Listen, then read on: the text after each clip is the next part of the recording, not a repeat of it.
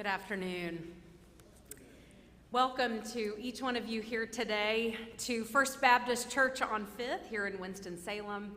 My name is Emily Hull McGee. I serve as our pastor here. And on behalf of all here at First Baptist, I welcome you to this place for the celebration of life for our beloved Linda Morrison Combs. Dave, I want you to know that we surround you today, that you are, these folks right here represent the great cloud of witnesses journeying with you as you enter a new part of the road in a way that you didn't anticipate, and yet you are surrounded. I hope you feel that today. We give thanks today for Michael Eulis, who you'll be hearing from, who will be guiding our service today. But as we begin, I want you to know that about 2.5 weeks ago, we gathered in this place for Linda's funeral. And I shared then that the God that guides us, that draws us together, the God that we worship here today is the God who grieves with us in Linda's passing, whose heart was the first to break, whose tears were the first to fall. That's the God that draws us into worship as we come with our lament, with our grief, and yes, even with our hope. We come encircled by the saints who have come before us and those who come behind us to be reminded that death never has the final word. We come to celebrate Linda's life. And we do so today while listening to the stories of Linda and the stories that remind us of who and whose we are. And today we remember that God abides with us in all things, comforting us and giving us the hope of wholeness and reconciliation and life, even in the face of death. And so now would you join me in prayer? God, who knows our beginnings and our endings, come with us as we celebrate the life of Linda Combs, a life lived so firmly within the fullness of you. We ask that your presence wrap around this gathered community in tangible ways, that we all might know of your peace in this time of endings. We thank you for your faithfulness through all the changing seasons of our life. And now as we worship in your Spirit, the Spirit of God whom Linda loved, who loved her before she ever knew what that love meant, who has greeted her now like a friend and a beloved child into the presence of love. We pray these things now in the name of the one who was the resurrection and the life, even Jesus Christ our Lord. Amen.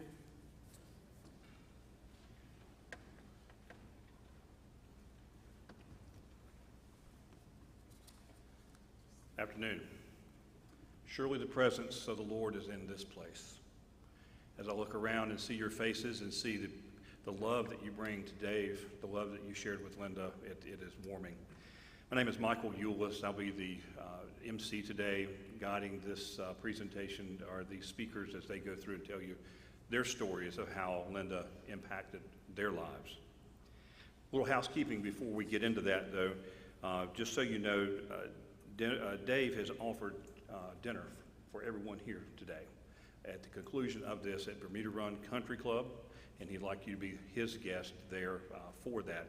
If you're unable to do that, Dave will be greeting visitors here at the altar as the service concludes today, but you're certainly welcome to join us. So thank you very much for being here and making the trip from wherever you came. I thought it might be appropriate to start this service with a short poem. Here's to the land of the longleaf pine, the summer land where the sun doth shine, where the weak grow strong and the strong grow great. Here's to down home, the old North State. This is the first verse of 4 from a poem known to all North Carolinians as the North Carolina Toast. While not exclusive to this group, those who receive an award called the Order of the Longleaf Pine are known as cultural ambassadors of the state and can propose this toast at any time. If nothing else, Linda Combs was not only a recipient of the Longleaf Pine Award, she was a consummate ambassador for the state of North Carolina. Each one of us is here to pay tribute and remember Dr. Combs as a public servant of local, state, and federal government, which she served so conscientiously. However, if you're here with us today, or you're watching this virtually, you probably know her as Linda. Linda was a leader in every sense of the word, and at the same time was a remarkable human being and a true lady. In 1880, Frederick Douglass penned these words about about Abraham Lincoln, who had then passed. He said this: "He could receive counsel from a child and give counsel to a sage. The simple approached him with ease, and the learned approached him with deference." These same words can be written today about Linda Combs. I witnessed her form relationships with every member and everybody she ever met, including the hotel staff where she spent many weeks in Raleigh. She met everybody and knew everybody in the hotel. At the same time, she could use her strength, her calm strength, to guide state legislators and other leaders with exceptional skill and integrity. I was with her when she would write great letters of importance to presidents and governors, and at the same time, take a moment to handwrite birthday cards and notes of thanks to many of you that are in this room today. In one of our hundreds of conversations, I remember this discussion, and I introduced her to something called the 3 R's of supervision. And I was trying to help her understand my love for leadership and love for teaching people. And true to her nature, as soon as I finished, she said, "Well, let me teach you something." That was her way. She says, "I'm going to teach you the 3 R's of leadership, not supervision. And those 3 R's are relationships, respect, and results." She emphasized that relationships always come first. Never forget that. Today we're going to hear from 4 individuals with whom she formed great relationships, for whom she had great respect, and in many cases shared great results. Because she formed relationships with each of you here today, somewhere in the service we're going to give you an opportunity to speak as well. We have podiums here on the left and right that you can come and share your thoughts about Linda. This will give you an opportunity to share your thought about this great patriot. The first person we're going to hear from is longtime friend Robert Stilwell.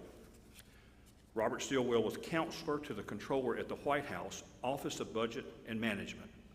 He originally met Linda when he was a White House volunteer, helping her with her swearing-in ceremony as the controller. And later, Linda and Dave became dear friends with Robert and his family, so much that they are honorary grandparents of their 3 children. Would you please welcome to the podium Robert Stilwell? It's okay to clap.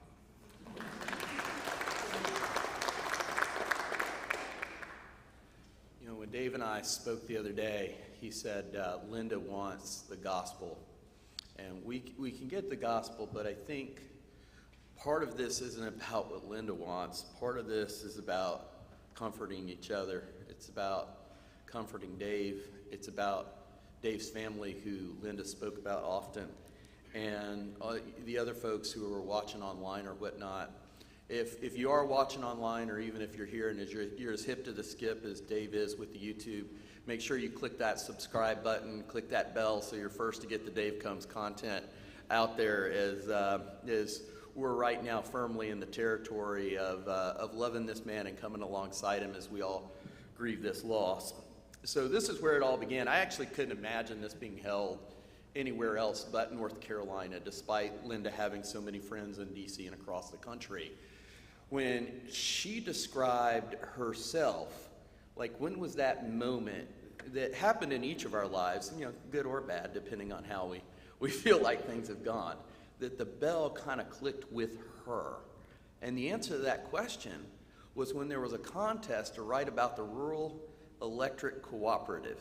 And she, as a little girl, wrote about the importance of that to her community and was invited into an arena full of people. And when she did that, she recognized, hey, there's something here within me that deeply cares about my community and what's going on. And I'm going to use this and my ability to, even as a child, get in front of a group of people and lead them. And it clicked. You know, there wasn't a time she described her bio without mentioning that in North Carolina she was an elected member of the school board. And that was always deep pride. Now, Dave's a little bit like MacGyver, for those who know him. This means jack of all trades. He was a hacker before they called it hacking, you know, when you do something and it's smart, right? And so I can remember, you know, they would go through the line on the Friday nights, you know, when she was running for school board at the local buffet and whatnot. He had analyzed all the data before big data was a thing. It was Big Dave data. He had gone to the, and I can remember, now this is a little quaint sounding now, especially if you're a little bit younger, but we got an audience who is young at heart, but maybe our average age is not going to miss this story. Back then, there was this controversial issue called birth control. And how do you answer that question? Now, who knows why that was an issue when you're running for school board back then? And Linda and Dave would look at people when they were asked, and they'd say, "We live," and they would insert their address. "We've been married," and they'd tell you how long they'd been married, and then they said, "And we have no children." And that was their political answer. I tell you what, there's not been an answer that rivaled that in all of politics in terms of how to diplomatically answer a question without setting off a bomb. Now, with that said, I think there's a head fake built in here because I'm the representative from public service, but I think we have to make it through the head fake to get to the stuff we need to get to. So, Linda Combs' accomplishments and resumes are stuff that all of us would dream about, right? She's 5 presidential appointments confirmed by the United States Senate. She worked for President Reagan, President George H.W. Bush, President George W. Bush. And as I said, she had a record of accomplishments. Now, I know this is going to surprise you, but even believe it or not, when President Bush took office, the federal agencies and departments in the government weren't able to account for their money.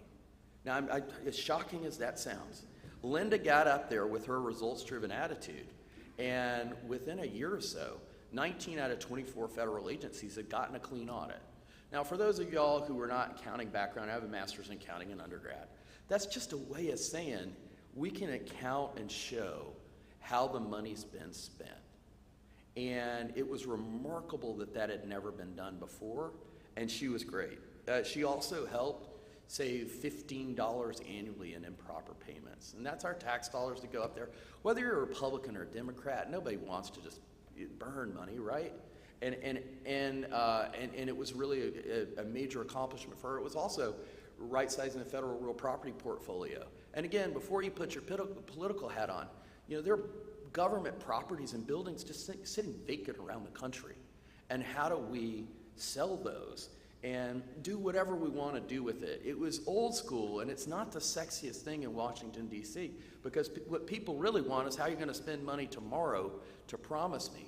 But even though it wasn't the most sexy thing, as controller, the chief financial officer of the United States, she took it seriously as a heart attack.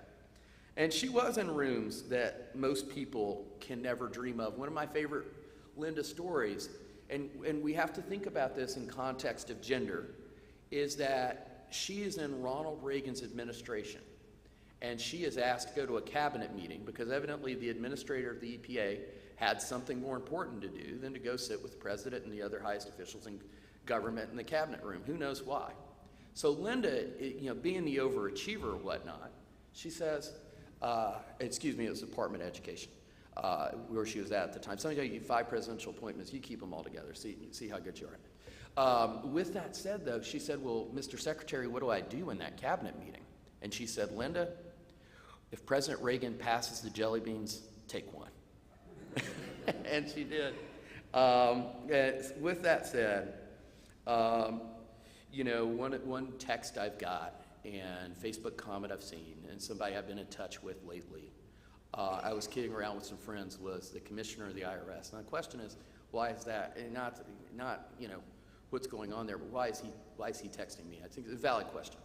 And the answer is because Linda mentored him, and she considered him a lifelong friend, and he always stayed in touch.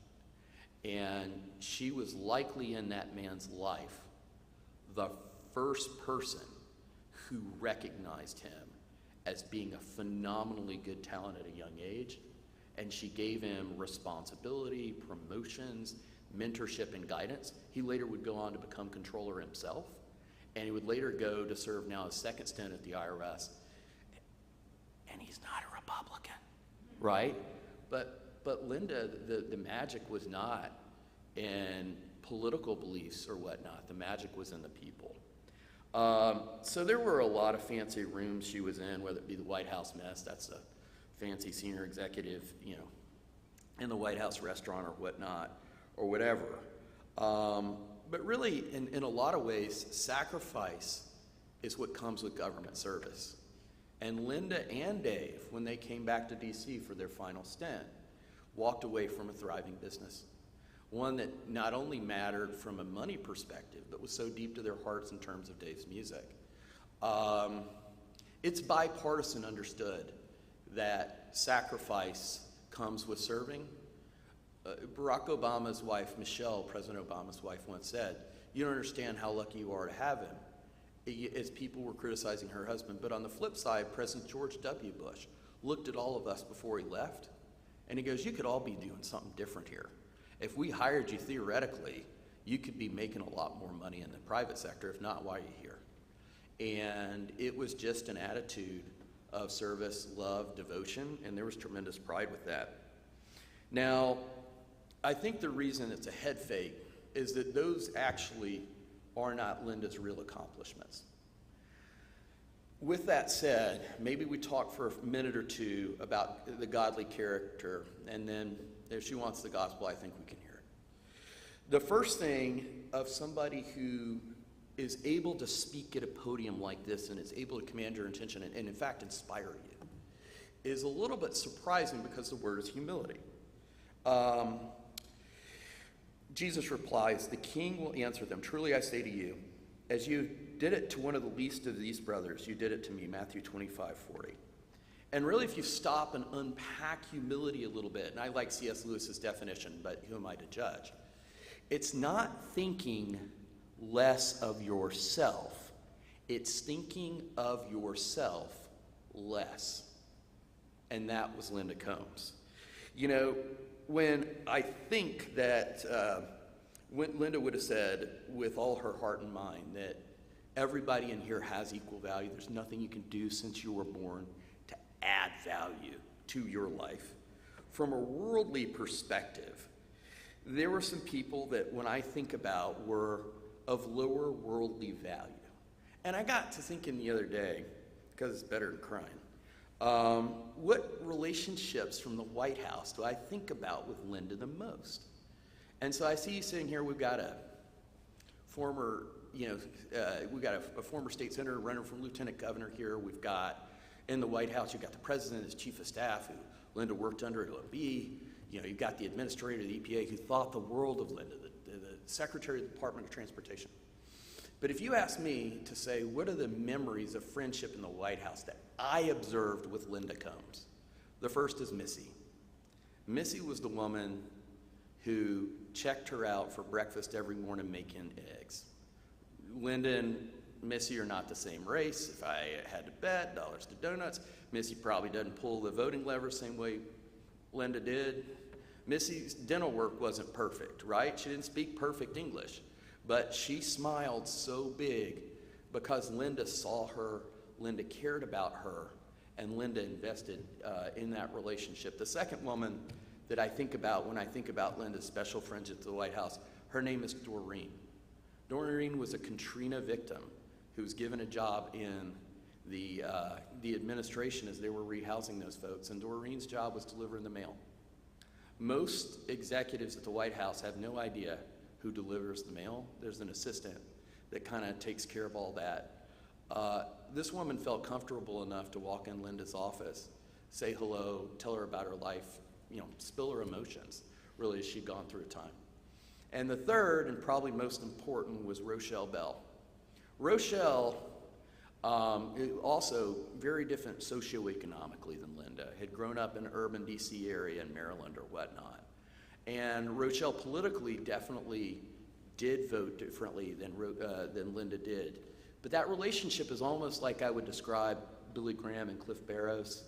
Just this symbiotic thing to whenever Linda worked in government, Rochelle went to wherever Linda was. Rochelle sat in the White House at times and had no idea what was going on that was a big deal that day. Literally, the only reason she sat in that building was to be with Linda. And the love and devotion, and it wasn't just like, hey, let's see each other at work. And families spent time together.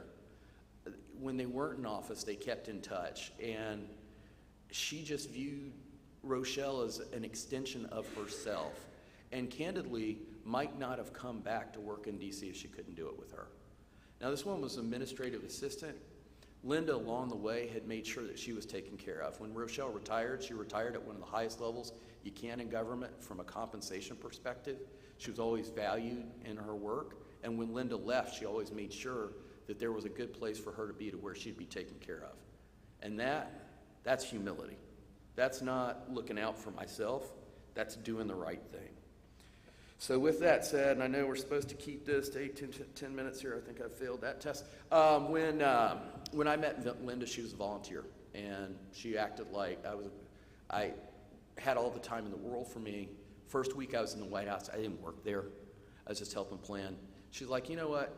You and Liz need to come to our house for dinner on Friday night. I'm like, whoa! Like, it's like, do you not realize that my wife and I are nobody, right? Like, lower than nobody. We don't even have jobs. Now, don't get me wrong, it worked out for us, but in the end, but wow. You know, the first time I visited her home here in North Carolina, I took Craig, who's here in the front, if you can give us a wave here, and we're trying to get out of D.C. traffic, and it just didn't happen. So we arrived at her house between 2 and 3 a.m., and her response to that was like, no, oh my gosh, they dragged me out of bed, you know, blah, blah, blah. She was like, all right, well, here's the barbecue I have for you all. Let's go ahead and heat it up and eat it. And so we spent an hour hanging out with the woman who's my boss and the chief financial officer of the federal government, is making sure my friend, who she had never met at the time, and me have food to eat, right, because we just came in from a long drive. She used to say, take your work seriously, but not yourself. We'll leave that at that, but I can say she did it. There was never a time where she wanted anybody to call her Dr. Combs. When you walk in an office in D.C., you say sir or ma'am. If you work under them, it's a very subservient. That would not fly in her book. Number one thing she'd say when she met a new staff is, hi, I'm Linda. And she'd say that about how she addressed her work. You know, the part of her humility, though, was closer to home. She knew she had a treasure in Dave, and she celebrated Dave Combs. And, you know, at one point, there was a certain cabinet official that sometimes would see Dave sitting in an office like this. And you all know Dave's not showy. And he'd like to recognize Mr. Linda Combs. And well, Linda, despite being a woman and a trailblazer, in times where it wasn't as common, Linda lit up more celebrating Dave, whether it was those beautiful pictures of North Carolina that stretched for 8 or 9 feet. I hung those pictures. I know they're long, that she hung in whatever office she was in.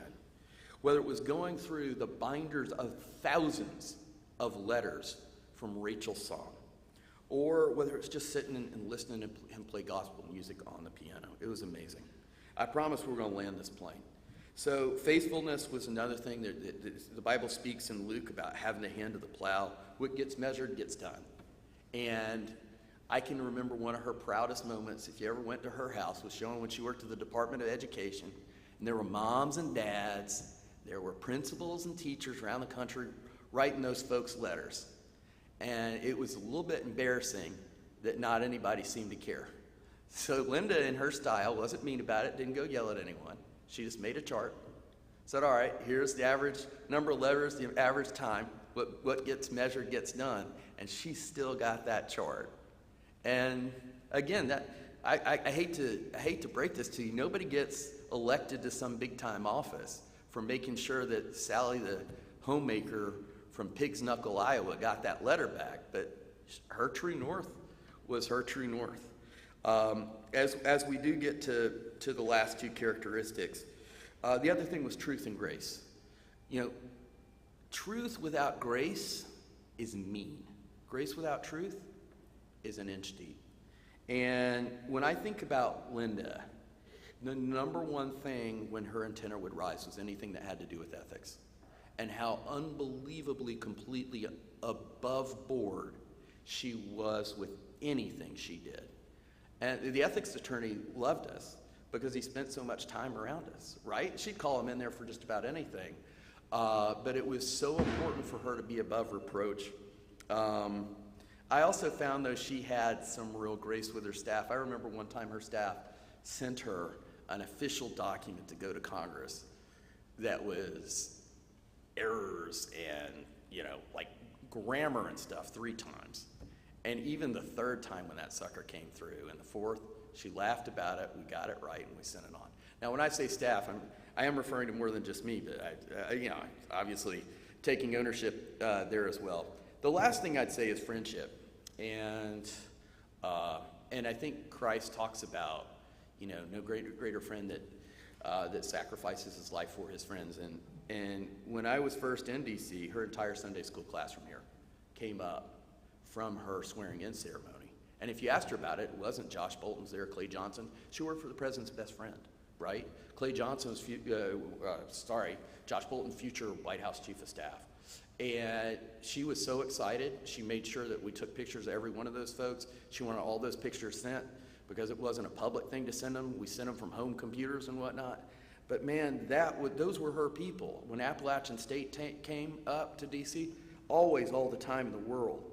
And she really wanted to come back here and serve after.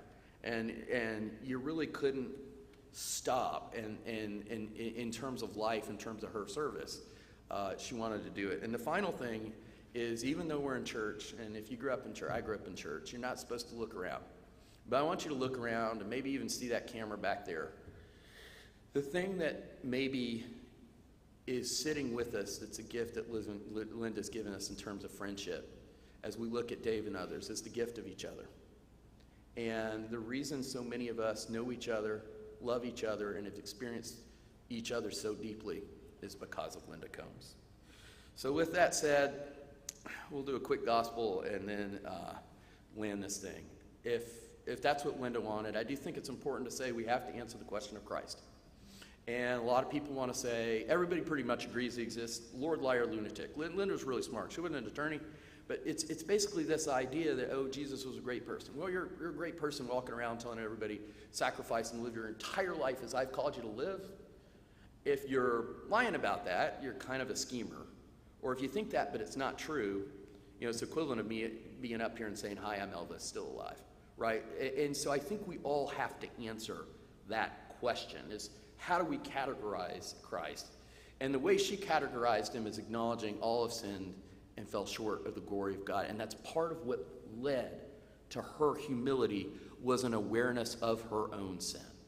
I think the second thing is we have to understand the wages of sin is death and destruction, causing separation from God. What she also understood so well was John 3:16. God so loved the world that he sent his son to die so that we could have everlasting life. And then an understanding that Christ says, I am the way, the truth, and the life. Whoever believes in me shall have everlasting life. And I think about the 2 biggest questions any of us can answer, and this is not from Linda, but this is my opinion, is what is my purpose for living, and why do I have value? And Linda would have been the type person, she wouldn't have beat you over the head with that, just so you know. But she would have loved you to death. And finally, as we do wrap up here, probably more than 10 minutes, is that I'd say this. The best analogy I've heard for heaven is this. In the Bible, we know that no one can imagine how great heaven is, even in our wildest imaginations. Heaven is kind of like a baby being born. Now, evidently, a baby does not want to be warm, and it makes sense. It's got food, it's got oxygen, it's comfortable, the temperature is pretty much the same, and it's all it's ever known. But we know that a baby is designed to become a human, to not live its life in a womb.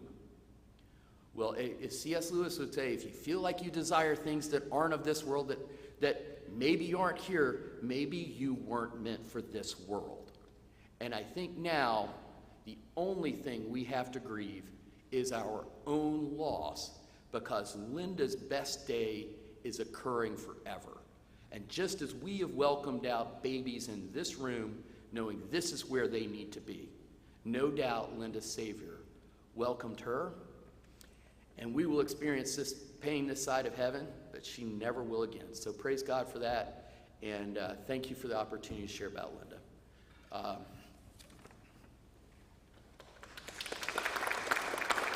Robert Stilwell.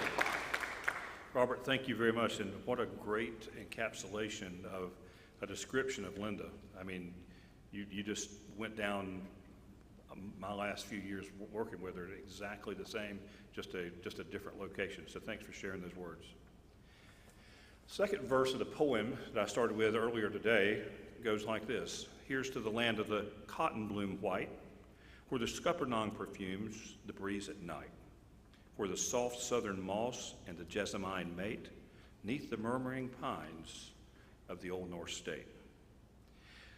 Linda, Chief Deputy Jim Dolan, seated in the back, and I often had discussions on how to provide the best environment for continuous improvement at the Office of State Controller. One of those strategies included a biannual off-site meeting for the development of the supervisory staff. We often search for members of the business and government community with a proven track record for leadership to speak at these events. I still remember the meeting when Linda brought up Kelly King. We were saying, well, who could we bring in? Who could we actually invite to come speak? And she'd go, Kelly King. And I'd say, well, is there anyone else? I don't know Kelly King. Can you tell me a little bit about him? Is there someone else maybe in the sports world? Can we bring in a coach? She goes, Kelly King. And so before long, it was evident that Kelly King would be our speaker. Kelly King is the retired chairman and CEO of Truist, a role he served in following the closing of the merger of equals between BB&T Corporation and SunTrust Banks. Prior to the merger of equals, King had served as the chairman and chief executive officer of Truist, predecessor BB&T Corporation. During his 49-year career with Truist and BB&T, King has served in many leadership roles, including 35 years as part of the executive leadership team. He is a native of North Carolina and earned his bachelor's degree in business administration and an MBA from East Carolina University. Go Pirates. He's a graduate of the Stonier Graduate School of Banking at Rutgers University, where his thesis on leadership became known as the Truist Leadership Model. Please welcome to the podium, Kelly King.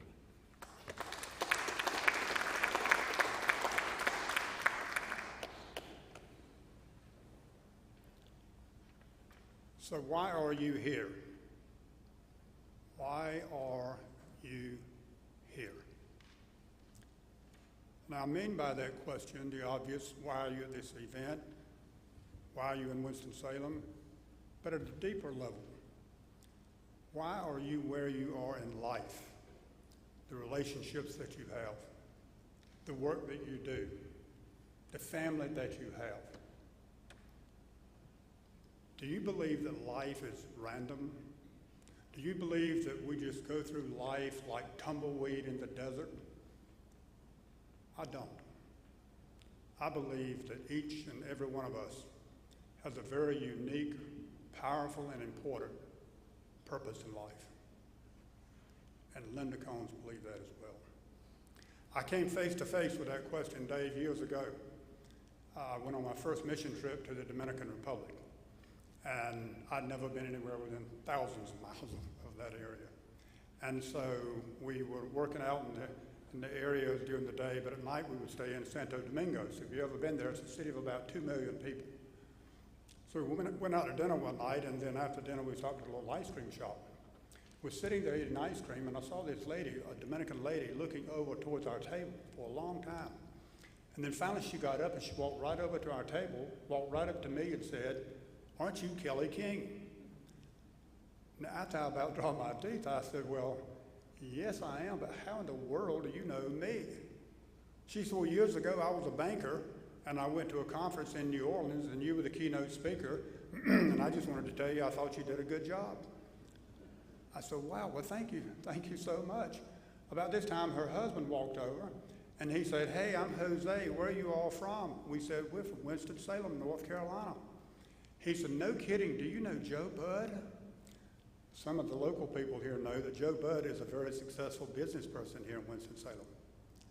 And we said, well, sure we know Joe Budd, but how do you? He said, well, I went to High Point College, and he was my roommate. We said, wow, well, guess what? We're down here in primary purpose for this trip to dedicate the new children's clinic that Joe and his first wife, Mary, had worked on before she passed. And we're going to dedicate that clinic to the memory of Mary Budd. About this time, the Dominican lady who recognized me spoke up and said, well, you know what? My dad is a leading pediatrician in Santo Domingo. I bet he would like to know what y'all are doing out there to help those kids.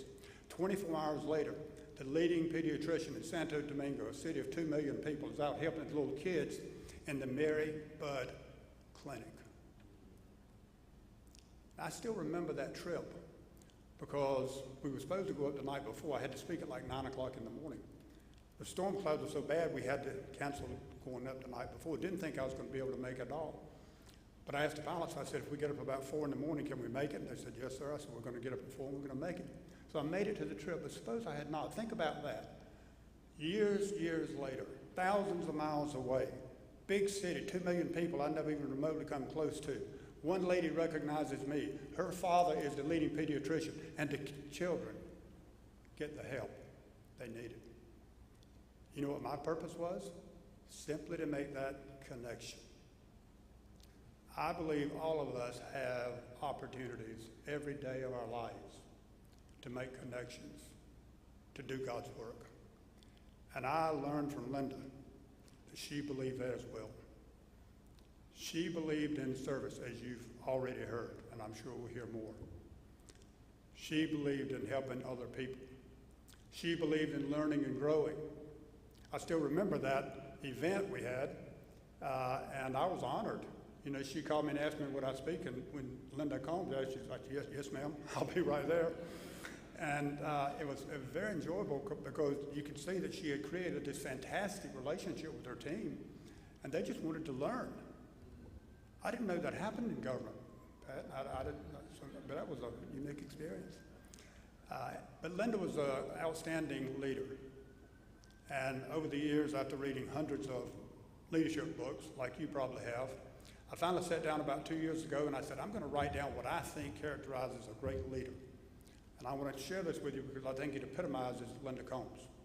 It's 3 simple but powerful characteristics of great leaders. Number 1, they're very honest about the reality they face. They don't sugarcoat it. They don't look through rose-colored glasses. They just call the truth. And then they have a vision about how to make it better. And importantly, they have the courage to make it happen. That was Linda. Wherever she went, Controller's office in D.C., Controller's office here under Pat McCrory, she always inherited challenges. And the reason she was selected, I believe, is because the people knew she'd get it done. She was quite an outstanding leader. I think she understood at a deeper level, though, what drives individuals and what drives leaders. And that is they understand the power of purpose. They understand that their purpose on life, the good ones, I'm talking about great leaders, they understand their purpose in life is more than making money. It's more than having houses and cars. It's more than any of that. I penned an article recently, and I referenced Linda, and I called it, How Would You Like to Be Remembered? When someone is standing up talking about you. And I talked about how in our lives we go through a process, I call it like painting a painting. Because every stroke of the pen of life that we live remains, the good and the bad. You want to live your life in a way so that you would be proud to have your painting, your life's painting, on the front page of the local paper. And I know Linda is really proud today to have her painting on display all over this country. Linda was a person who really did deeply and genuinely believe in helping other people. And as I've gotten older, I've come to really realize the wisdom of that. It's foundational in the Bible, but it's just good human relations, helping other people. And people in the world we live in today tragically need more help than in my lifetime and maybe forever. I'll tell you a quick story. A sad story, but an impactful story. Several years ago, there was a young man in San Francisco who left his apartment, walked several blocks to the Golden Gate Bridge, must have passed hundreds of people, climbed to the top, jumped off to his immediate death. They found a note in his apartment that afternoon. The note said, "I'm going to walk to the bridge. If one person smiles at me, I won't jump." One person, one smile, one life. But a little bit after that, there was another young man, Kevin Hines. You can read about him on the internet. Kevin walked to the bridge also, climbed to the top, and jumped and survived. Now, when you jump off the Golden Gate Bridge, it's the same as jumping off the top of a 28-story building. When you hit the water, it crushes every bone in your body, and you immediately drown and typically die. He survived because a sea lion came up and kept him afloat until the Coast Guard got there. But he tells his story about how when he was walking to the bridge, he just desperately needed someone to reach out and let him know that his life mattered. A smile, a pat on the back, a simple, "Hey, how are you?" and wait for the answer. He wanted to know that his life mattered. Linda Combs, I believe, touched everybody in her walk, her journey, in a way that made them realize that their life mattered. And I think that's about the best you can say. The Bible does make it clear, makes it simple. Do unto others as you would have them do unto you. Pretty profound. Linda believed that. She lived that every day. So here's a challenge that I leave with people when I have a chance, and I'll leave it with you because I believe Linda would leave it with you if she could speak to you audibly today.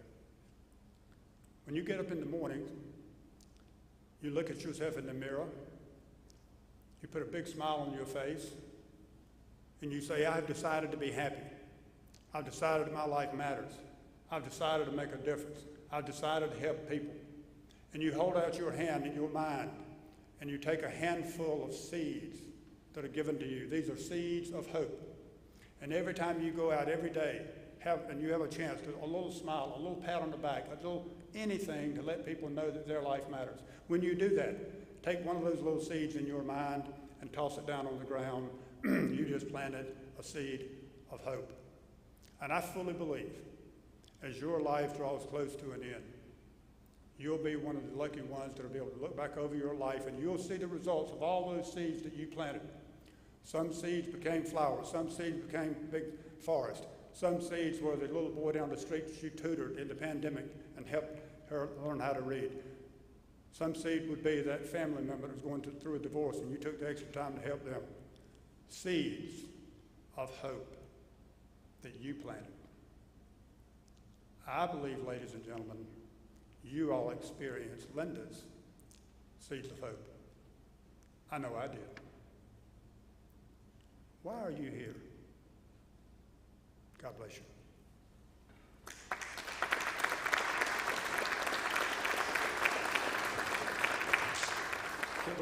Kelly, thank you for those words and very timely. If you all join us in hymn 548 when we all get to heaven.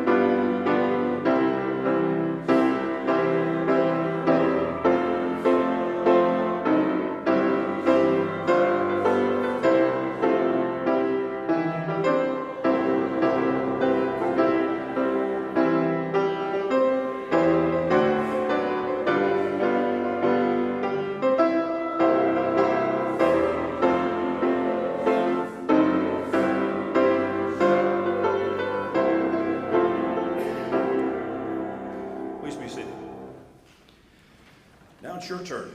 You've heard from a couple of speakers today, but I'm sure everyone in this room has a story, has a thought, has a moment that Linda's seeds that she cast touched each of you. We have podiums on the left and right. We welcome you to come and join us and share a few words. It's your turn.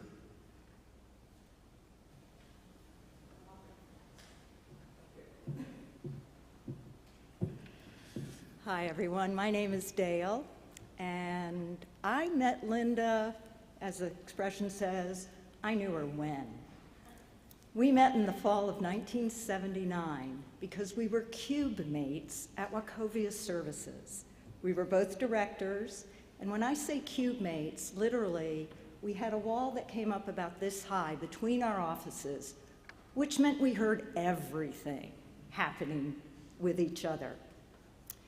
And one day, I had all the correspondence and crisis lines. This was for the student loan program. And a staff person brought an envelope to me. They had no idea how to handle it. So I open it. The borrower was not very happy. They were going to pay off their student loan in full right then and there, so they had no more use for us. At that point, Linda stood up because she could see what was going on. I open this letter, and out falls monopoly money. Well, most supervisors would get very upset and go, oh my gosh, how are we going to handle this? Not Linda. I've never heard her laugh so hard. And we both decided this was the most amazing borrower that we had ever seen. And that's how our relationship started. That we could laugh, that we could connect, and that we could care, no matter what the situation was. Of course, then I met Dave, and we had a whole group of friends, and we would play together and do things together. And one person, Gina, would always bring the cheesecake. Well, I made guacamole, but nobody told me Linda was allergic to sour cream. So that party was a little tough. But we did become really dear friends. So much so that I entrusted my daughter to Linda and Dave to be the godparents. For yes, I am Rachel's mom, that Rachel.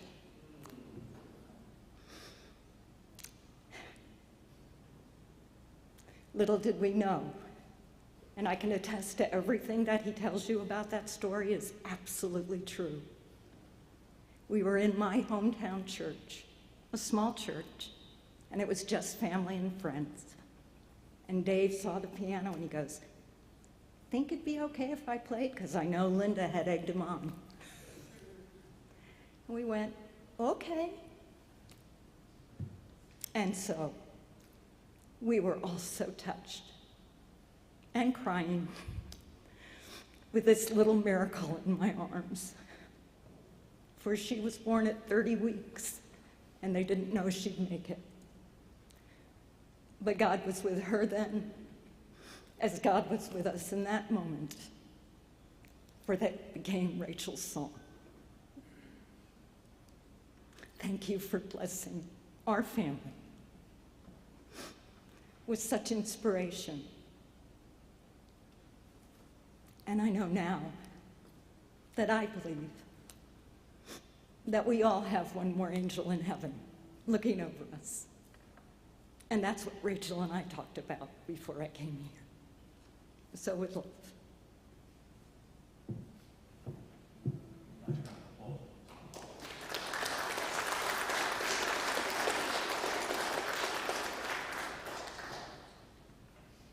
the speakers finish, Linda would have wanted you to encourage them by rounds of applause, so please do so.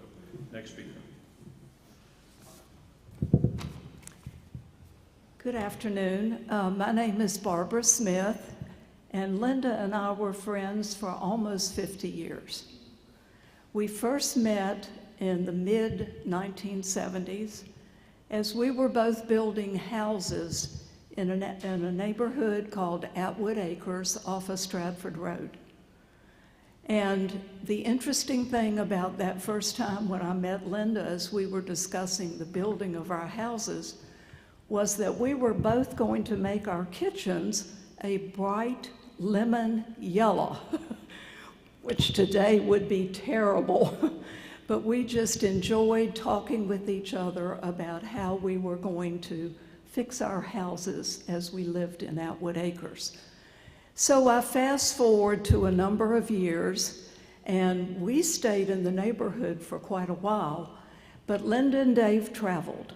They lived in Maryland, they lived in Alexandria, but every time they would come back to Winston-Salem, we would get back together. Even if it was to go to the Rose and Thistle for pizza, if it was to gather in one of our homes to play games, we just enjoyed being together. And over that time, as I learned to know Linda and her parents, her father said that he thought we were sisters. And Linda was an only child, so she was delighted to have a sister. So we just kept up that friendship all of those years. Fast forward to 1997, and here we are building houses again. Linda and Dave building their house, my husband and I building our house, and we weren't right around the corner from each other, but a mile apart. So from 1997 till now, we have lived about a mile apart. We gather to celebrate holidays. We gather to celebrate birthdays. We gather just to gather. We gather to eat good food. It was just the most treasured of friendships. I read a poem by Edgar Guest a while back as I was thinking about Linda, and I would like to read an excerpt of this poem titled Old Friends, as a tribute to Linda. I do not say new friends are not considerate and true, or that their smiles ain't genuine, but still I'm telling you that when a feller's heart is crushed and aching with the pain, and teardrops come a-splashing down his cheeks like summer rain, because his grief and loneliness are more than he can bear, somehow it's only old friends there that really seem to care. The friends who've stuck through thick and thin, who've known you good and bad, your faults and virtues, and have seen the struggles you have had, when they come to you gentle, like, and take your hand and say, cheer up, we're still with you, it counts, for that's the old friend's way. Linda and Dave were not like family. They were our family. And still, Dave is our family. I miss Linda every day. I treasured her friendship, but I rest in the assurance that I will see her again.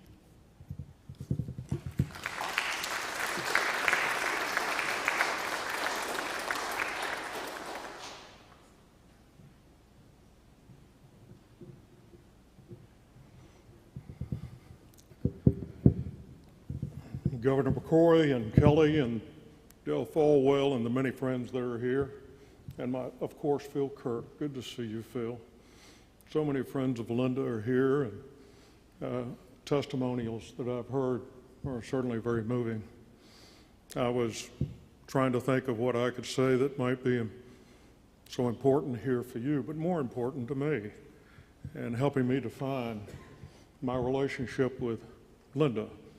And Kelly, of course, stole many of my thoughts about her, and I appreciate it. It reinforces my message. When I was a little boy, I struggled with my own self-identity. I used to complain to my dad all the time, why don't you ever take credit for some of your successes? You're always passing them on to somebody else. And he took me by Lakeside, and he said, I'm going to teach you an important lesson here. And he reached down and picked up a big rock, about 20 pounds, and the lake was, I remember, just as quiet, not a wave, not a ripple in the water, and he threw that rock into the lake as far as he could, and the ripple would only cover, after a little while, maybe a third of the lake. And then he reached down and got a handful of pebbles, little small ones, after the water had calmed, and started throwing those pebbles slowly in different places around that shallow water. And before long, the whole lake was full of a ripple. And he says, son, you don't need to make a big splash in life. It always has to do with little pebbles and being consistent and hardworking. I don't know if many of you know that Linda was from Lenoir. She was born in Lenoir and raised in Caldwell County. And that is one of many thousands of lessons I've learned, which I think many of the folks in Caldwell, Wilkes, and Alexander County all had something in common.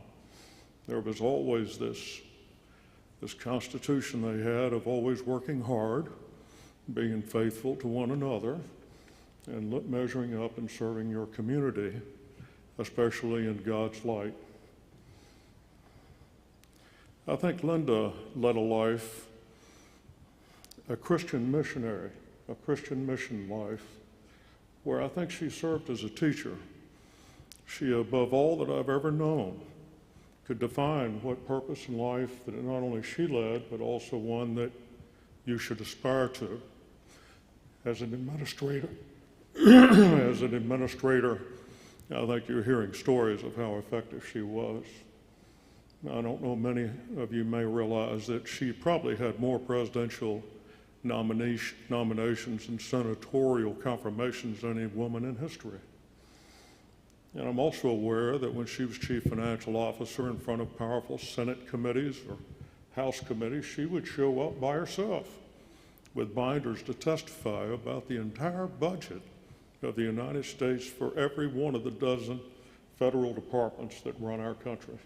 And she had so much confidence, and those that were elected who were asking questions had faith in her responses. I think when one leads a purpose of life, there's something inherent about them that they seem to have a commonality, and I look around the room at many of you, and I'm aware of the successes that many of you all have, and then I can draw from that commonality and the truth prevails. How important you all as friends, and leaving an example of how she lives her life. I loved her as a sister. She bragged that she was my 8th cousin the night before she passed, and sent me several correspondence. She must have been cleaning out her scrapbook that night. Messages from Dad keeping her abreast of her appointments. And this was back in the early 80s. And I know, Phil, you'd received some the night before as well. And I was moved by that. There wasn't a time I wasn't with Linda that I didn't think of my past and nostalgic moments that I've enjoyed. It's hard to move forward and thinking and mourning of Linda's passing, but on the other hand, I'm celebrating her life, and I'm so blessed of all the lessons she taught me and the purpose-driven life that she shared, and I hope to follow in her steps. Thank you.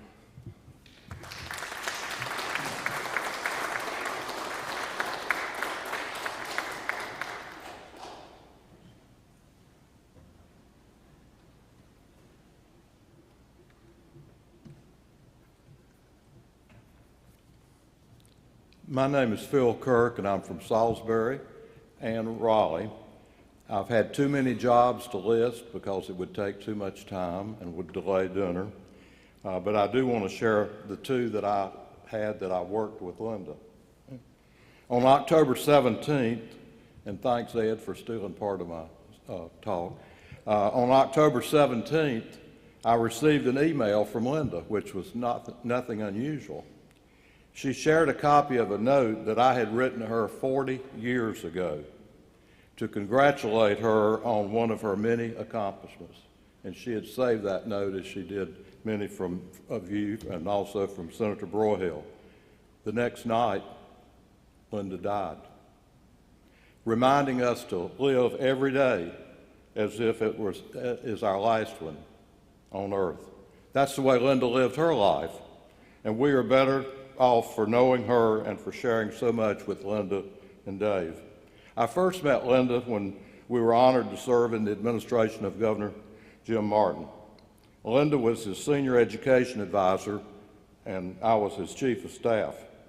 And Thomas Stith was chief of staff for Governor McCrory, and Thomas would agree with me that that is the easiest job in state government, being chief of staff.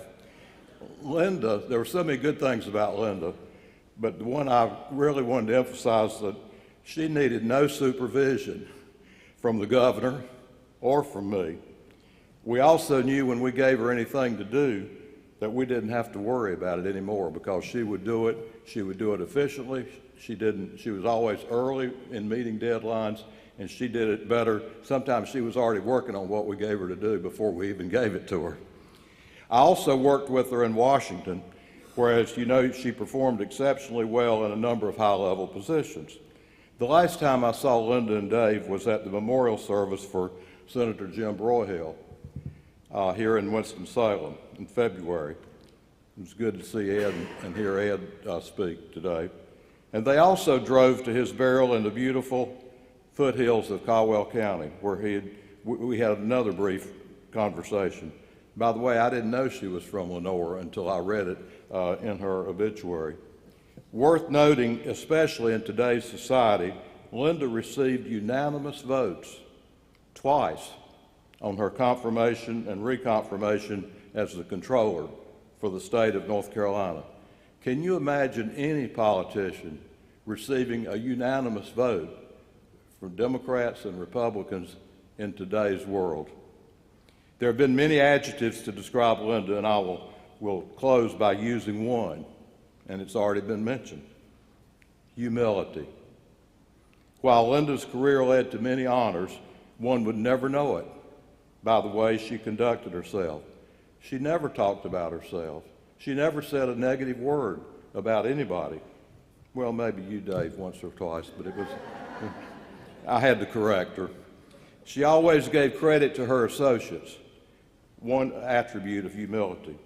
While her legacy of relationships, respect, and results will remain with us, I would like to add another one: the 3 F's: faith, family, and friends. Linda Combs embodied all of the wonderful things which have been shared and will be shared with us today. Dave, family, friends. May God continue to bless us and watch over us until we see Linda once again. Thank you.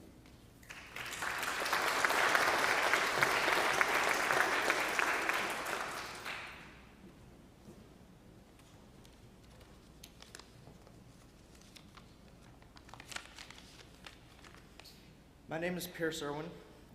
This is my youngest brother Palmer and our middle brother Paxton.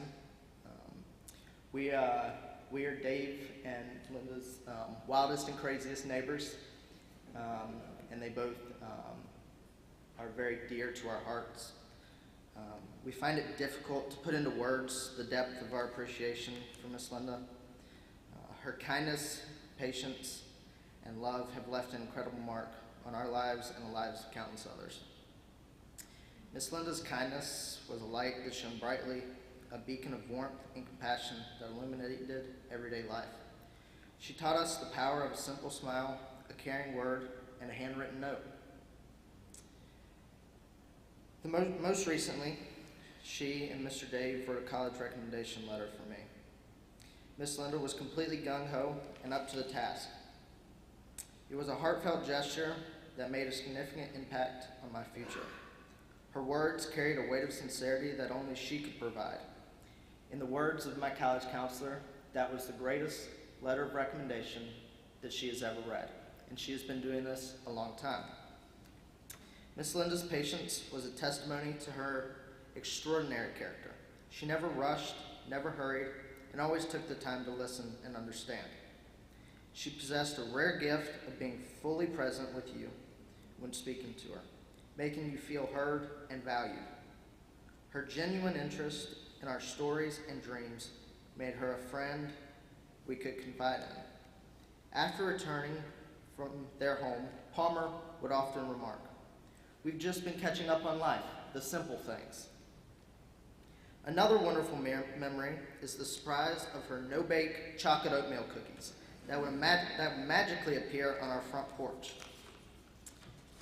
or leftover pizza after they ordered way too much. There was never any question of what to do with it. One of the fondest memories we all have is of her famous cheesecake squares. Paxton in particular couldn't resist indulging in them. He ate a few too many last Christmas, and we all shared a good laugh when he battled a bellyache. Miss Linda offered him more. On another occasion, after Palmer fell off his bike on a bike ramp, he received 12 stitches in the ER. It was Miss Linda who rushed to help and attempt to keep him indoors to recover. Together, they played ping pong and ate homemade snacks as she helped to keep his mind off the situation. She not only comforted, but also knew how to bring smiles back to his face. Lastly, a few years ago, we entered into a bridge building competition. I'm sure some of you have heard about it. The bridge had to be made of popsicle sticks and able to hold increasing amounts of weight. No one took this more seriously than Mr. Dave and Miss Linda, true engineers. However, they also enjoyed guiding my brothers and I, teaching us along the way. The competition was a testament to Miss Linda's adventurous spirit and her willingness to try new things. Even when we didn't win, the experience brought us closer, and we shared many laughs along the way. In every interaction with Miss Linda, we witnessed her genuine, caring, and compassionate nature. She embodied the teachings of Jesus in her daily life. She truly lived out the principles of love, kindness, and service that Jesus taught. Her actions were a beautiful example of faith in action and touched our lives in profound ways. As we bid see you later to Miss Linda, let us remember the beautiful moments we shared with her and carry forward the legacy of love and kindness that she so effortlessly bestowed upon us. Miss Linda, you are already dearly missed, but your spirit will live in our hearts forever. Thank you for gracing our lives with your presence.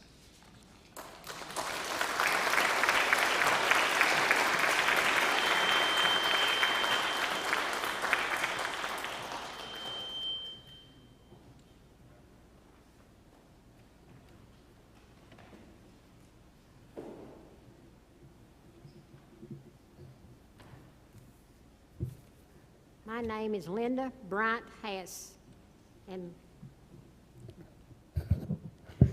my name is Linda Bryant Hass. Thank you, Dave. My name is Linda Bryant Hass, and I'm related to Linda through her mother. Her mother's maiden name was Bryant. Linda's grandfather and my grandfather were brothers. They were twin brothers, and Linda's grandfather lived in front of our house. So when Linda came for a visit with her parents to visit the grandparents, sometimes we would play, my sister Pat and a cousin Randy, if he was there for a visit, we would play together. We'd jump rope and do all kinds of games and outside. A lot of the ones were in the sand. We'd have all kinds of things that we'd do, and we really enjoyed that. And as time passed, as you know, and it passed fast in life, we went our separate ways. And we would see each other from time to time. Sometimes, sadly, it was at funerals. And then, as we grew older, the cousins got together and we would meet at a restaurant, and we would have pictures of relatives and wonder who they were, and we would guess, but finally we would figure it out. Also articles in the paper, and we learned a lot about our family.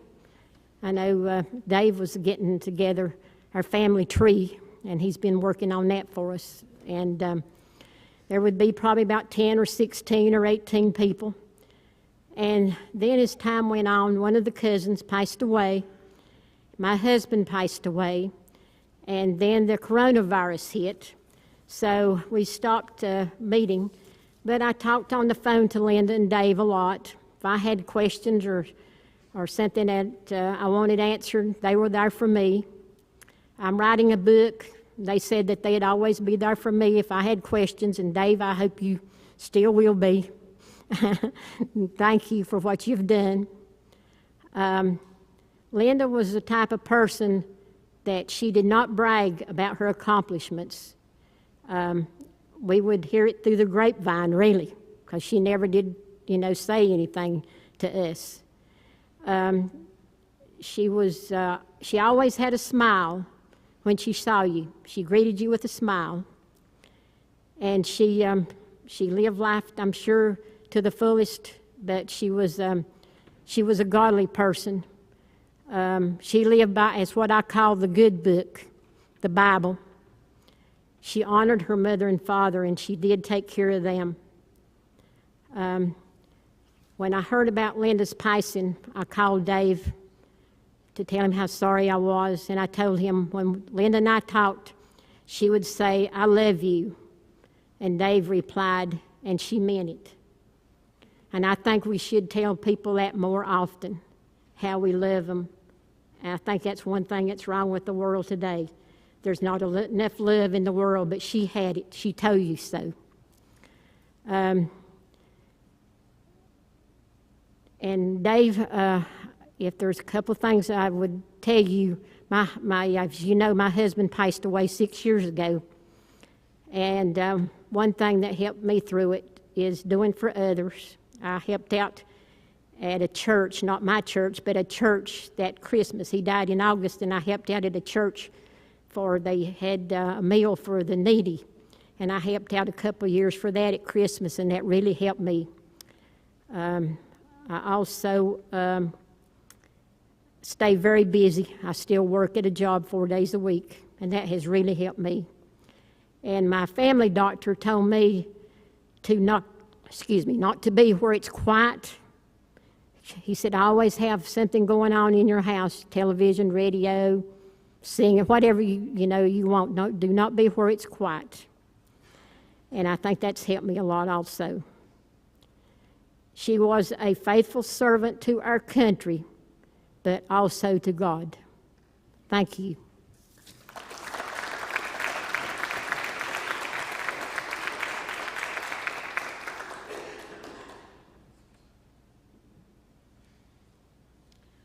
Good afternoon. I'm Al Gunthner. I worked for Wachovia for 30 years and for Novant for another 15.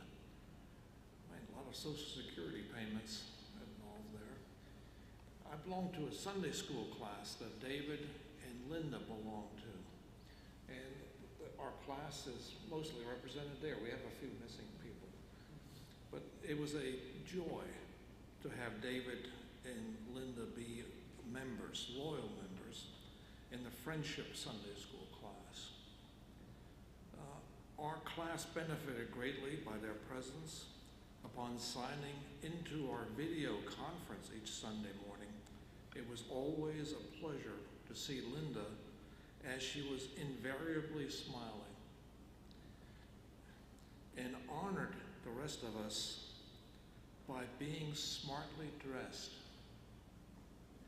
Her example made me try harder to keep up with her good manners, although I certainly failed to live up to her standards.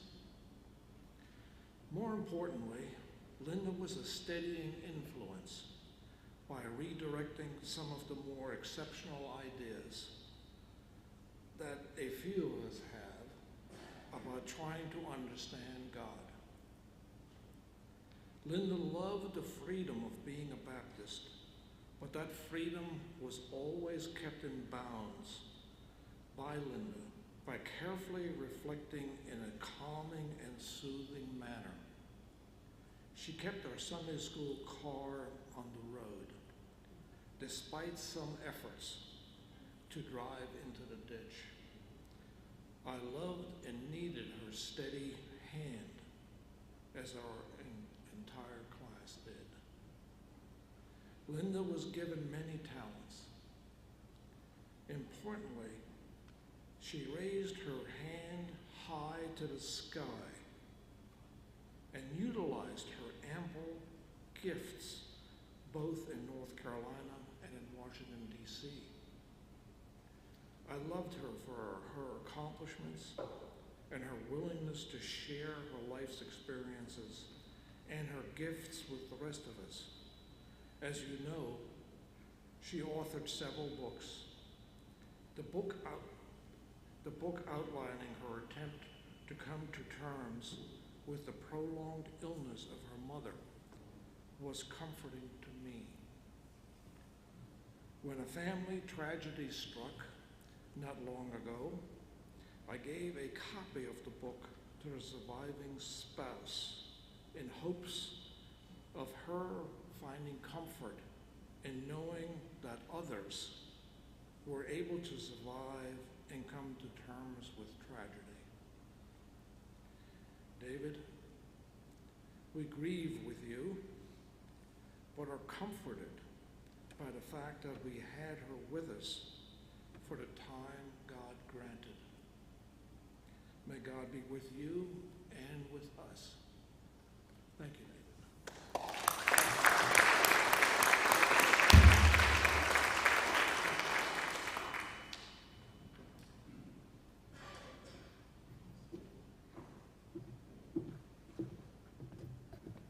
Good afternoon.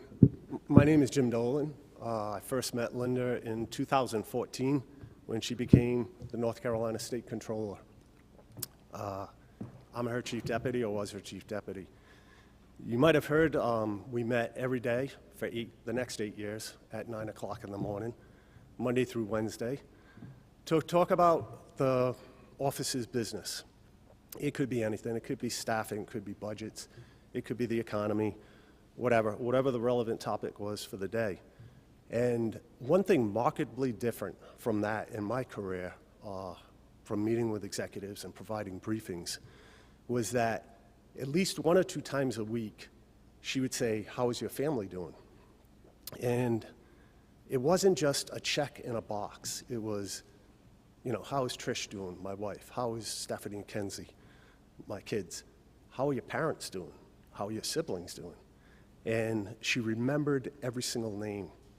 And I used to think she had some secret notebook or something. Who does that? And I never found the notebook, but I can guarantee you that out of our 200-person organization, she knew something about each and every one of them, whether it was somebody's situation, whether it was somebody, part of their family. She had some connection with each and every one of them. And we heard about her 3 R's: relationships, respect, and results. And she took that first R to the next level because she added empathy, compassion, and a personal touch that made coming to work at OSC, the Office of State Controller, like coming to family. And she had such a connectedness with everybody there, and we're all better for it, and we're all thankful for it.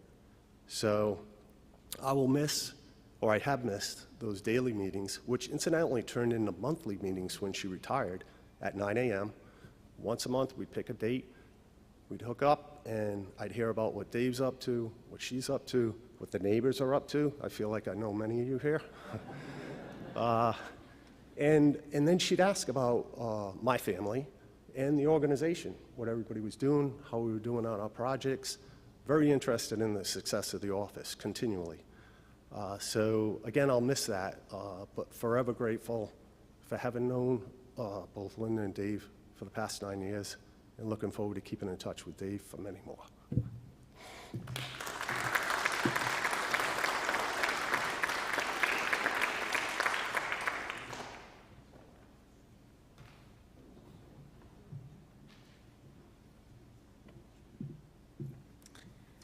My name is Garlene Grogan, and Linda and I were friends for almost 50 years.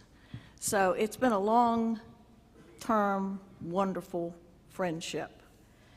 We started out together on the Board of Education here in Forsyth County. And there was a conference in South Carolina. Linda told this story at one point. And I was supposed to be attending that conference, and Terrell Bell, head of the Department of Education in Washington, was also going to be attending that. I ended up not being able to go, and as things would happen, Linda was able to go. And Terrell Bell didn't get there, but he got there via satellite. And his people who had come with him were talking to the audience at various times and happened upon Linda and got into her interest in life and role in education. And it just grew into an interest from Washington and from Winston-Salem, and it turned out to be such a wonderful thing that happened because she did go and become a part of the Department of Education. I'm sitting here today thinking of various things that come to mind often about her. One of them is steadfastness. I think she was such a rock. Whenever we all needed her for something, she was a rock. I laughingly talked to myself as the week has gone on and time since she passed about how in the world we were ever even continuing to be friends after my attendance in Washington at one point, and she, her family, friends, and I were locked in the elevator in the Jefferson Memorial at midnight on a Saturday night in Washington, D.C. Now, I had no thought that we would ever get out. I really was convinced no one would ever come at 12 o'clock in Washington and let us out. And I guess I'll have to be honest and say that I sort of hoped that whoever was going to make that decision didn't know that we were all Republicans in that elevator. We ended up getting out after a period of time. It took 2 tries, and we did crawl out between the floors, but we did get out of there. The other time that I think about is when we were going into the West Wing. And of course, you have to have all of your background credentials and your personal life out before the world before you can do that. And we thought we were prepared, but we started to go in, and who sets off the alarm? But I did. We, to this day, don't know why, but it was an alarming thing to me for that alarm to go off, all the people around the area with their guns up, and Linda's just standing there very calmly, very collected, calming me down, talking to the lady that's there that's stopping me from going in, never wavered, never got upset, and that was so typical of her. One very personal story, too, has to do with my son, who was in 9/11. And he had been so traumatized, as you can imagine, he could not possibly bring himself to fly. And we had not wanted him to fly, so we had driven back and forth to get him when we could. But in November of that year, he decided to fly home. He said, I have to try. So he did fly in. We had a nice visit, and on Monday morning we got up to get ready to take him to the airport to go back to New York. The very first thing that happens on the news that morning is that a plane has crashed leaving LaGuardia, and all the flights are canceled. So there we are, and he is very fragile at this point, as you can imagine, and we are very upset as to how in the world we're going to handle it. We were walking, sort of pacing around the room, going, what are we going to do? What's the best way to get him back? He was on Wall Street in New York at the time. How are we going to get him there? The phone rings. I pick it up. It's Linda. She says, Garlene, where is Rich? I said, he's standing here beside me. He's very concerned. All the flights are canceled. We don't know what to do right this minute, but we think we're going to drive him back. She said, you tell him to be in front of your house on the curb in 10 minutes, and I will be there to pick him up and carry him to Washington and get him on the train to go to New York. In Dave's words, that would have been a God wink. What a life. What a journey. What a lady. How many of us have ever known anyone like her? And how privileged we were to have had her for a friend, for a colleague, however we knew her. Please always keep in mind what she represented. She set the bar, and she set it higher than most of us could reach. But she also laid a path that told us how to walk toward that goal. And if we leave here today with nothing else but all the memories and the things she taught us, we will have lived a better life. Thank you, Linda, and rest in peace.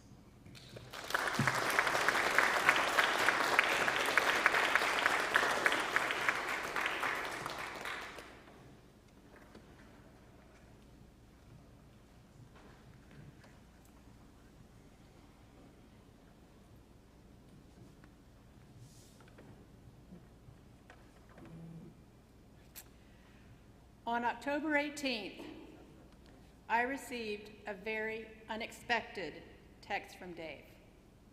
Linda was in the ER. As the day unfolded, I lived a unique perspective of Linda's 3 R's: relationship, respect, and results. These played out beautifully in the final hours of her life. And I know because I was with her when she died. For some background detail, my name is Medj Owen, and I met Linda in 1998, I believe, at a fundraising event for Elizabeth Dole that she was coordinating in Winston-Salem. I had recently moved to North Carolina from Kansas to become a faculty member at the School of Medicine at Wake Forest in the Department of Anesthesiology. From that event, we struck up a very special friendship that has endured for 25 years. Dave's reputation as a musician actually preceded him. My parents had heard Rachel's song in a gift shop in New Mexico and purchased the CD, and they were so excited to tell me about this CD that was done by a man that lived in Winston-Salem. Shortly before meeting Dave and Linda, I had completed a Fulbright scholarship in Turkey. Based on this experience, I decided to start a nonprofit organization. But I knew absolutely nothing about business, and I had no idea where to start. Somehow, Linda believed in my vision, and she became a founding board member of my nonprofit. I laugh now, we both laugh, because I remember about a year into the experience of the nonprofit, Linda said, I'm gonna have to resign, I'm sorry, but I've been called up to Washington. And we laughed, and I said, well, Linda, I'm so glad that this could serve as a little stepping stone in your career. But from then on, Linda became one of my key mentors and advocates. She taught me a ton about business, about leadership, about negotiation, and she was part of every key decision that I needed to make in my career. Linda, as we've all heard, she lived her life as a true example of integrity. She had an amazing gift of making something very complicated very simple. She also had this uncanny ability of being persuasive through this demeanor that was genuinely kind and positive. My family, my husband, my parents have also been blessed to know Dave and Linda, and we spent many evenings together around their dinner table while we were laughing and eating Chinese takeout from Mr. Liu's.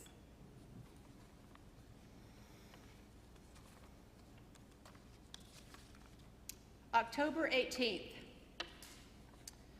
So, shortly after noon, on October 18th, I received a text from Dave stating that Linda's in the ER. She developed a severe acute onset of a headache while at home, and then a seizure followed. I was stunned. I was working at the hospital that day, and I came to Dave's side. We were waiting on the CT scan results. We soon learned that Linda had suffered a massive aneurysm, and the location of it made it inoperable. Linda was taken to the neuro ICU, and a drain was placed under her skull bone to help relieve some of the pressure and swelling in her brain. She was stable on a ventilator and had a drip to maintain her blood pressure, but she did appear to be comfortable, and that gave us peace. The first R, relationship. The next hours were tragic, yet beautiful. We stayed together in Linda's ICU room, crying, praying, hearing Linda's favorite music, telling wonderful stories about Linda, and waiting for Don, Dave's brother, to arrive from Tennessee. The ICU staff were in and out, and they observed our interactions. About 10 minutes to midnight, Dave made the heart-wrenching decision to remove Linda from life support. Everything that could have been done had been done, and there was no sign of improvement.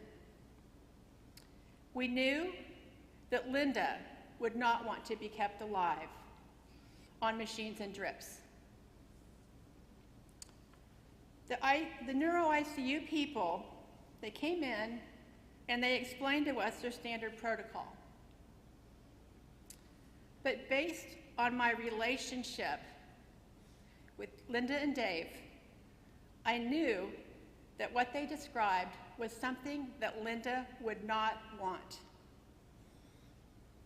They wanted to provide significantly more medication to artificially hasten Linda's departure.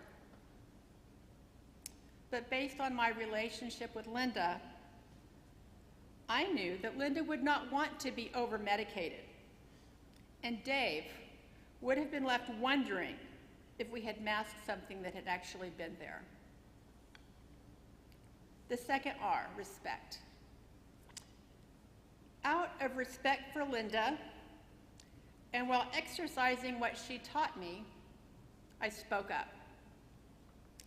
In true Linda fashion, calm and persuasive, gentle yet assertive, I explained that we would rather like to assist Linda differently in her earthly departure. We would gradually and gently withdraw the ventilator and the blood pressure support, and we would let Linda tell us naturally when she was ready to go. The third R, results.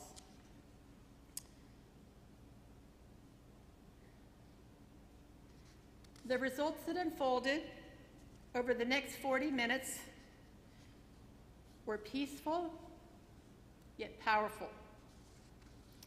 Serene and calm, yet clearly decisive, just as Linda was. During the process, we saw that there was no struggle to fight the ventilator, no struggle to breathe, and no attempt to move. It was through this beautiful process that we gradually accepted that this was God's plan and this was Linda's appointed time. Dave knew with certainty that he had made the right decision. Linda departed naturally and comfortably without the influence of intravenous medication. I removed my friend's breathing tube at the end of her journey. I was honored to be with her and her family. in the most tragic and unexpected, yet beautiful and sacred moments of my life. Thank you.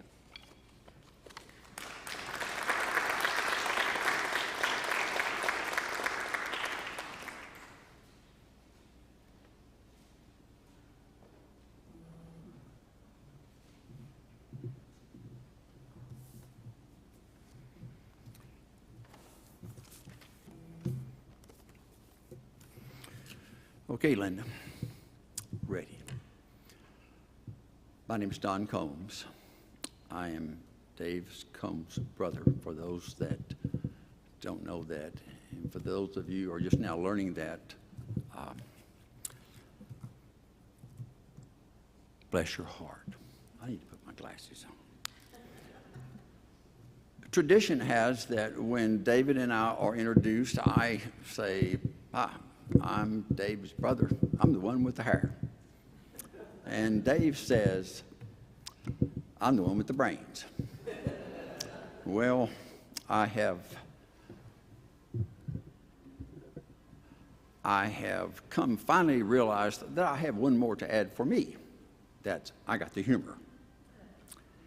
So, with that, but there's one thing that he and I 100% agree on, and that is our favorite essential oil, bacon grease.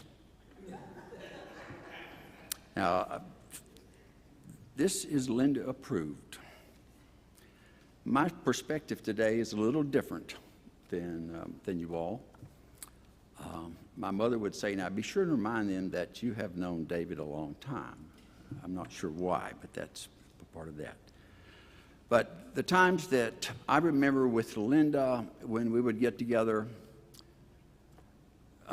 Linda would be talking, and Chris, my wife, whom I need to also say, since her blessings, we have a 17-year-old dog that needs to be cared for, and I consider our oldest child still at home. But Linda and I would stay up late. Chris and David would go to bed. It might be 1 o'clock in the morning. We never talked about work.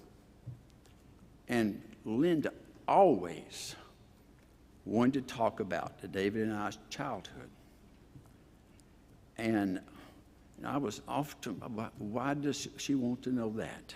But as I have observed you people and what you have said, and what she wanted to know was, there's something in David, there's a talent that needs to be brought out. And I need to know what's inside of him that I can bring that out. And we would talk times and times again about that. And you all talk about purpose. David talks about unconditional love. I believe that she could see so much creativity in David that she wanted to bring that out. And it's amazing to me that when you see two people who have impacted so many people, but in totally different ways, how do they do that from the standpoint of they have to be able to, one has to give while the other one comes up, and vice versa. That's the only way that can happen.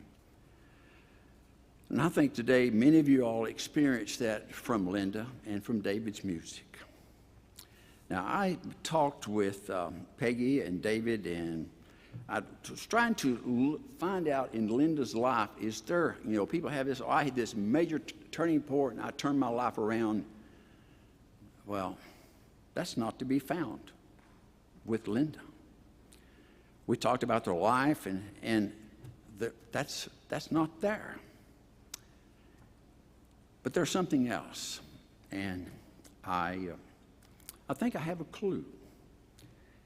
And it started with a phone call that Mike, Chris, and I got in 2019 from a small church in Lenore. Chris and I have been a follower of a fellow by the name of Ray Vanderland, better known as RBL. He is a Bible teacher in Holland, Michigan. He has taken thousands of people to Israel for an in-depth, it's all learning. We were on a waiting list for 8 years. And we get a call from the little church in Lenore that says, we have room for you all to go. Would you like to go?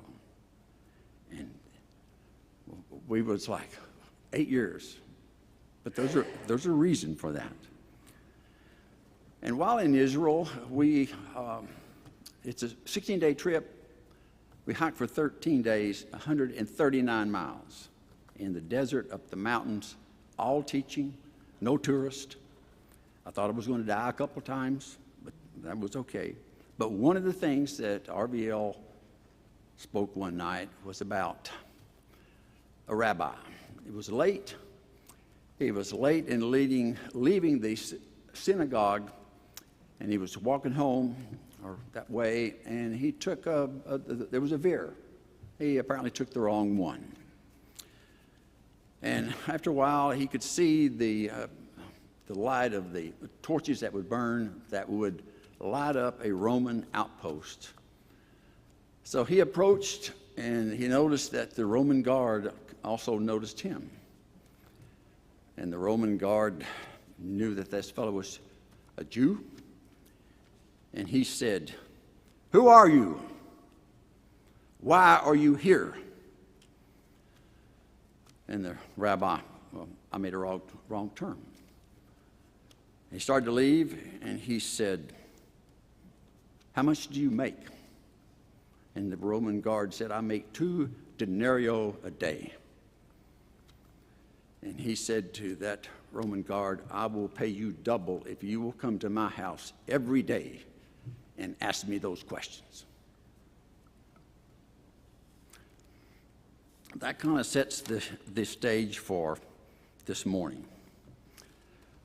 With David, I typically go on a walk, and I go down the Shelburne Way. There's a village there, and there's a stone bench there. It's in honor of someone. It was wet and cold, but I sat on it.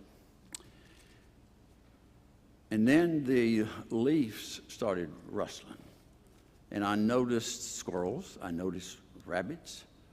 I noticed, I don't think it was a porcupine, probably a raccoon, some deers, and they were coming towards me. So I sat there, and they just gathered around me. And the squirrel hopped up, kind of leaned against me, and they were all staring at me. In the words of Linda, she would say, "Are we about to have a conversation?" And the squirrel spoke up first and said, "We were afraid that you would never come back." And I said, "Why me?" He said, "You go out, in and out of this house at the address of 5052 on just around the corner." I said, "I do, but so does a lot of other people." So I said, "Why me?" And they all acted like, "I don't want to tell him." And then the owl said, "Well, I'll tell him. You haven't grown up yet." And I thought to myself, that was not breaking news to me. I've heard that all my life. So they said, for the past 40 years or so, they've had this kind of a vehicle coming through the neighborhood. It's got 2 wheels. It has a horse in front of it, and this rather odd-looking fellow standing in. He's got armor on. He comes through most every day, and he goes down the corner. He turns right, and then he pulls into this driveway at 5052. He stands up. He faces the house and says, "Who are you? Why are you here?"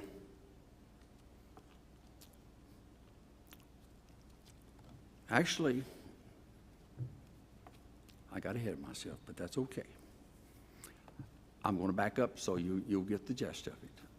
They did not understand what he said because he did not speak English. So they were like, what is he saying? Well, the owl said, I know his first word. Who? So that was the clue that, who are you? Sorry for messing that up there. And they said, a few years ago, he came along and the chariot had changed. I go, what, why a different carriage?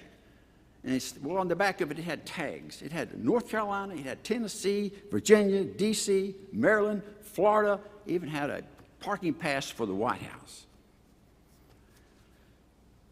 And then one of them said, well, there's this little plaque on the front, but it's got 4 letters. And we're not sure what it is. I said, what are those 4 letters? He says, U-B-E-R. I said, you mean he's driving a Uber chariot? That's supposed to be funny. Anyway, so they got a little solemn. And they said, about 3 weeks ago or so, he didn't come. And he's not been back since. So I said, well, tell me what happened that day. He said, well, somewhere around noontime, that time frame, he said, it was a beautiful day. He said the wind started to howl. It wasn't a storm, but you could feel the energy in the house, in the wind. And it was fierce, and then it got quiet. And then they heard a voice, and it said, Yodati Miot. They said, we don't know what that is. And that's Hebrew for I know your name. And they said, what happened then? And they said, well, it's some more wind. And then the wind picked up again. It got really strong, and then it suddenly stopped. And they heard that voice again. And it said, Mala'at Avodek Po. And they, what does that mean? In Hebrew, it means you have fulfilled your work here. And I said, well, what happened next? And he said, it calmed down, but there was a nice breeze. And then he started hearing music. And I said, what kind of music? He said, it was someone playing a piano. I said, a grand piano? He said, yes. And it was the most beautiful music I have ever heard. And then one of them said, and then there was another piano, and then there was 10 more pianos, and then there was 1,000 pianists playing this beautiful song. And it finally went away. And they said, will we ever hear it again? And I said, yes, you will. Shalom. Sorry.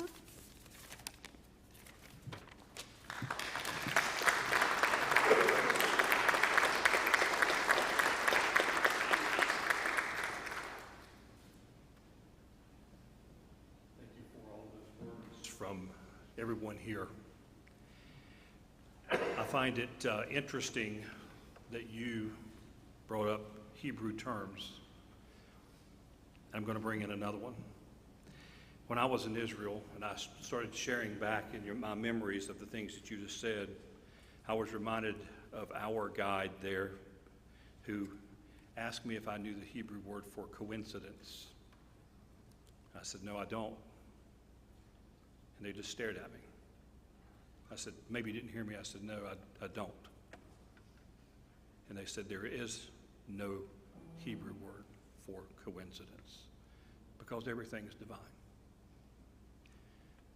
As I put this together, I thought it was interesting that this is the verse that comes up as I introduce this next person.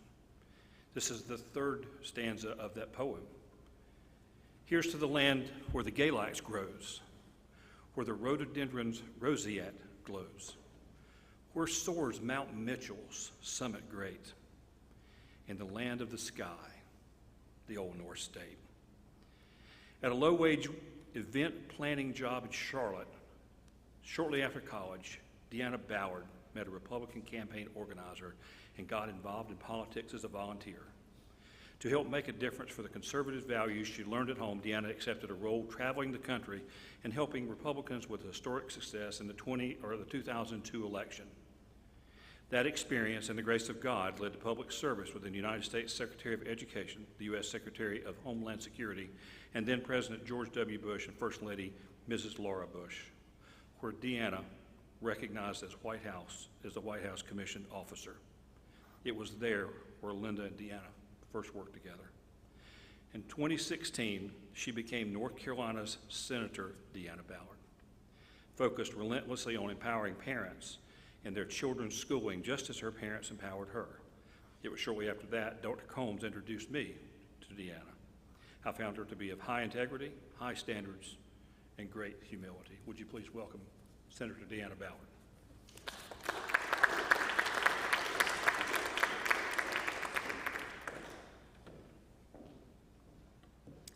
Well, I'm not testifying you with binders today before you, but I do have the Bible and a hymnal.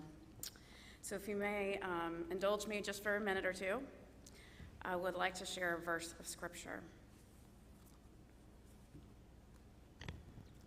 This comes out of, let me get my glasses. This is Psalm 61:5. For you, O God, have heard my vows. You have given me the heritage of those who fear your name. Now, like Michael said, I did work with Linda in D.C. That was where we first met. I was in the East Wing while she was in the EEOB, but she kept up with me throughout my career. She left me in 2007. She came back home, but I continued on in my career there in the White House and finished with the Bushes. But when I came back home, you